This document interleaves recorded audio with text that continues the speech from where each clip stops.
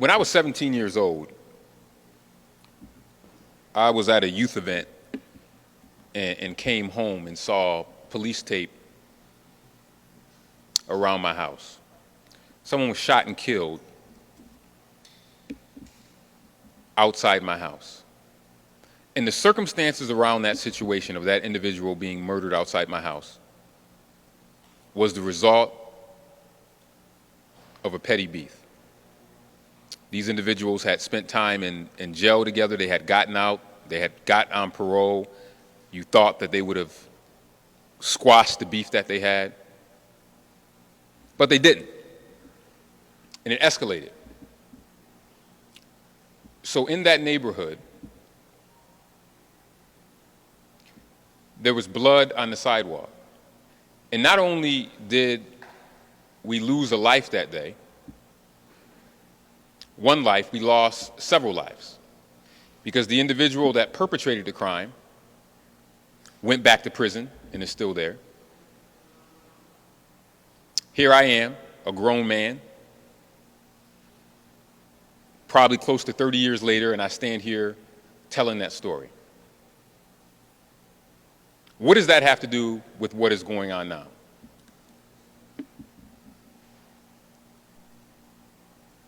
Many in our community are now able to tell that story, and they're able to tell that story not in some isolated incidents, but they're telling that story over and over again.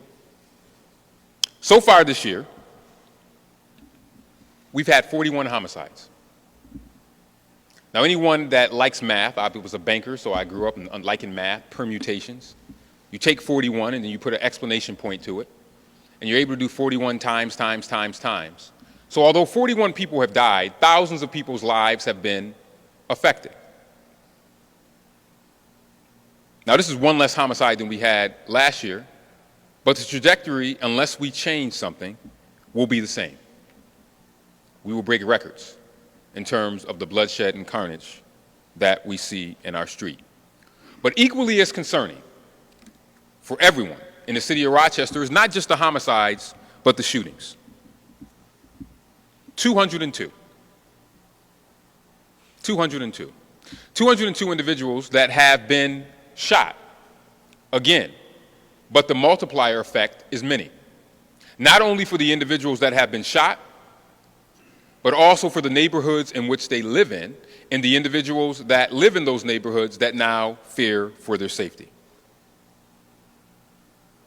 But not all hope is lost. These folks are working overtime. Of 438 guns removed from city streets so far this year. Think about that. In the city the size of Rochester, there are 365 days in a year, but so far this year, we have taken 438 guns off the street. While that's great work, that tells you the challenge that we have of illegal guns that continue to wreak havoc on the streets in Rochester. And we'll have more to say in the coming weeks about some other steps, serious steps that we'll be taking to make sure that individuals that are trafficking these guns in our community are held accountable.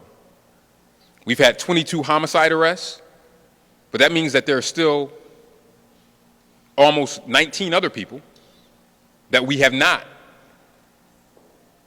gotten yet, and that is where we need the community's help. In the last 9 days, the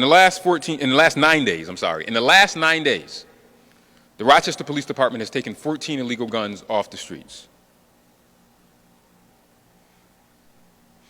We have work to do. I spent the last few days with 40 mayors from around the world. And the mayors from other countries could not believe the stories that the mayors that are in the U.S. were telling them about gun violence. They couldn't believe it. They thought it almost seemed barbaric that almost every day we had these mass shootings. We will continue this collaboration, but we have to take it to the next level. And that is why I'm going to have our other folks come up and speak, but that is why I am declaring an emergency declaration, a gun violence emergency declaration in the city of Rochester, pursuant to City Charter, Executive Law, Section 24.1, the mayor of Rochester has the ability to do that. And we're doing that. And we're going to use every tool we have to stop violence. From the preventative side, which you will hear Victor Saunders talk about, as well as Shirley Green, to the intervention side for what the chief is going to be able to talk about. I also want to say something about North Clinton Avenue, which is in the Northeast District. We have that area on our radar. It's been on our radar for a long time. But we cannot have sections of our city where people think that they can do whatever they want. So we are hoping, and I know that with this emergency declaration, this will give us the ability to not only marshal other resources, but also be very targeted in areas to stop people from continuing to wreak havoc in our city. I want to ask the community to continue to help. It's not their job alone. City Hall has to do their part. All of us throughout government has to do our part, and we are. And you'll hear some of the other things that we are doing. But this is cowardice of what we're seeing in our community. People deciding to shoot up houses because they have a beef with someone who might live there. And oftentimes the person whose house they're going to are not there. And I'll say this before I call up the chief. This is in a couple of categories that we're seeing, this violence. We're seeing groups that are at war with each other, but they're not at war with each other because they're fighting over water or because they want to make the community and the world a better place. They're at war oftentimes because they don't like what someone said to them on Instagram and Facebook. These are actual reasons. I didn't like what I heard on Facebook, and I saw him walking down the street, so I started shooting at him. There's that category. But we also have another category that is also concerning. Domestic situations. We are seeing more, and this is around the country. I was talking to mayors across the country, where we are seeing men and women involved in domestic disputes that are going to a level where they weren't before. Women stabbing men, men stabbing women, oftentimes men shooting women. It's another category we're dealing with. Imagine what that does to children. Again, these are things that we need to be able to have conversations about and direct people to resources where they can redirect their anger. And then the other broad category, just from what I'm seeing, is the illicit drug trade. But even the drug trade is almost pales in comparison to these petty disputes that we're seeing. People have been very proactive, and I want to applaud the community and thank them for calling the mayor's office, for calling 311 about shutting down drug houses. We know that these places breed violence. And if anyone in the community knows where a drug house is, continue to call the mayor's office. I get those calls all the time, and I forward them on to proper law enforcement. They don't want to use their names. They want to be anonymous. They don't want to call 311. We will continue to pursue those areas as well, because people deserve to live on their block and should not have to think they need to move. Miss Smith, that lived in her house for 40 years, should not have to be forced out of her house because she lives next to a drug house. Or because someone decides that they want to shoot a house down 2 doors down and then the bullet flies past her house and she's sitting on the couch with her grandkids or on the porch with her grandkids. That's not the community we want. That's not the community I'm going to tolerate. I don't have a magic wand. I want to be clear about that. I don't have a magic wand. But what I do have, like carpenters have, are various tools. I got hammers, I got screwdrivers, I got pliers, and I'm going to use every conceivable tool that I have in my toolbox until we start to see a reduction in violence in our community. Prevention, intervention, and suppression. That is what we will continue to do. I'm going to have the chief come up and talk about some of the efforts of the police department and things that we will do going forward. Then I want to talk about the preventative side. But I want to be clear, a lot of the preventative side is long-term. It may not change things overnight. But we are at a point now where we have to make sure that we step up the intervention as well as the prevention. We're doing both simultaneously. They are not mutually exclusive. I hear these stories and we feel Rochesterians' pain, but I also see their anger, and they've had enough. But anger and pain is not enough if we don't have action with it. And what we hope to continue to be able to push is action. And we will continue to try things. And if something's not working, we're going to scrap it, then we're going to try it again. And this emergency declaration will give us another tool in the toolbox. Now, with that, I'll take a couple of questions because I know there's another event that some of us have to run to around the opioid epidemic. So, questions, Berkeley.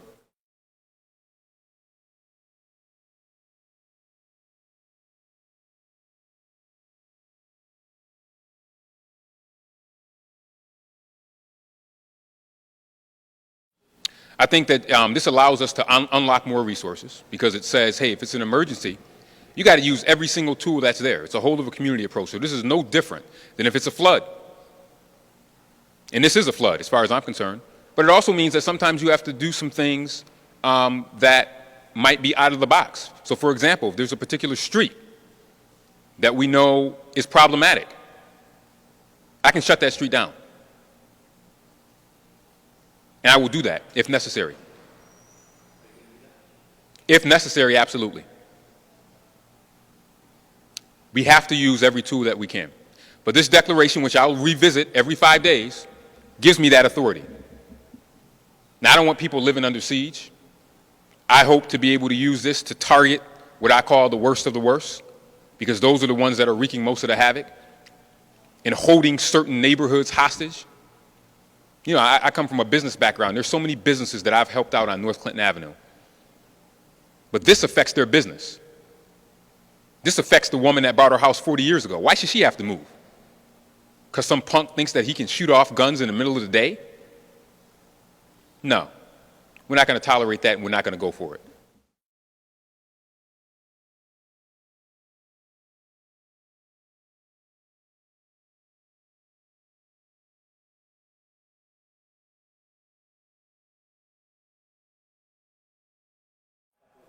Isn't that scary? Isn't that scary? Do we want this to be normal in our city? That now when someone hears a gunshot, they don't even move. They say, oh, that was a gunshot. When I go to visit a kid at a Peace Fest and he pulls out hey, Mayor, and I would think that this kid should be so traumatized, but he pulls out a picture and says, yes, this is my dad that was murdered. Or yet the play still continues because it's become so normalized that it doesn't stop. That is not where we want to be. And you know, when I first got in the office, people kept saying, oh, you can't talk about the violence, you got to talk about the good stuff too. And we have a lot of good stuff. But I promised Rochester that I was going to be transparent. And I wouldn't be transparent if I didn't put these numbers out there and talk about the warts as well as the great things that we have going on in our city. And right now, a wart on our city is the violence that we have. But I'm going to lance that wart by using all these tools that we just mentioned. So that way that child won't see and think that it's normal, that they should have to live in a neighborhood where there's gunshot and blood on the sidewalk. It's not normal. But not only is it not normal, it's not sad. It's sad because it's creating an atmosphere in which it becomes normalized. And if you remember, in my inauguration speech on January 1st, I said violence and destruction must never be normalized. Those words were true on January 1st, and they're true on July 21st. I had no honeymoon period. No mayor in America gets a honeymoon period anymore. But it's not about me, it's about those kids that you just mentioned. And that's why this work is so important. And that's why we're asking the community to join with us in those work. Because no kid should be able to be my age and tell that same story that I told.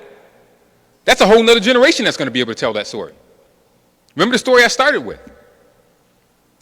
There's a whole nother generation of kids that are going to be able to repeat that story. And the question is, what are we going to do to be able to break that?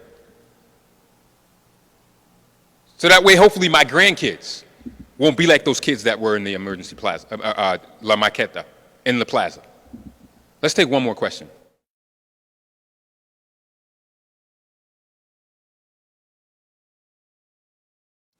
Well, no. The flow of illegal guns along the I-94 pipeline is a problem. And that will be another press conference. Because the mayors of big cities in the United States, we've had enough. We've had enough. And we're going to start holding people who are responsible for producing the guns responsible. We'll have more to say about that in the future. Because do you think that there's any gun manufacturers on Genesee Street? Anybody find one? There's any gun manufacturers on North Clinton Avenue? Anybody find one? And we're not talking about legal gun owners. We are talking about individuals that are obtaining guns illegally, guns that are being trafficked here. All these guys up here can tell you stories about guns that are stolen out of Ohio and used in crimes. Now, there's guns in New York State that are used in crimes as well, but we cannot think that what we did for opioids, that we cannot apply that same thing to guns. Because we're suffering for it. We are suffering for it. And someone has to be held accountable for illegal guns that are getting here. Because when you take off more guns than you have in a day of the year and it's only July, we have a problem.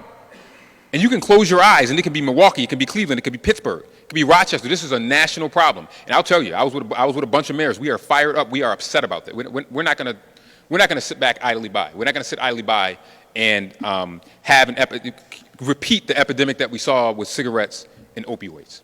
Any other topics or as it relates to gun violence? Okay. Yes.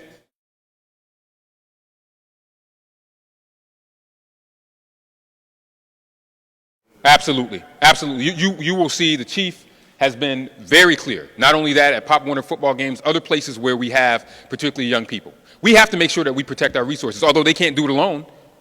We don't have enough police officers in the world to police some of these places and some of the things that people are doing.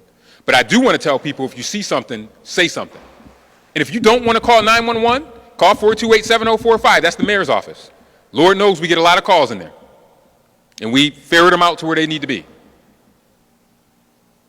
We're going to do everything we can. It won't change overnight, but it's going to change because people have had enough. And I know I got an army of people that believe and echo what I say.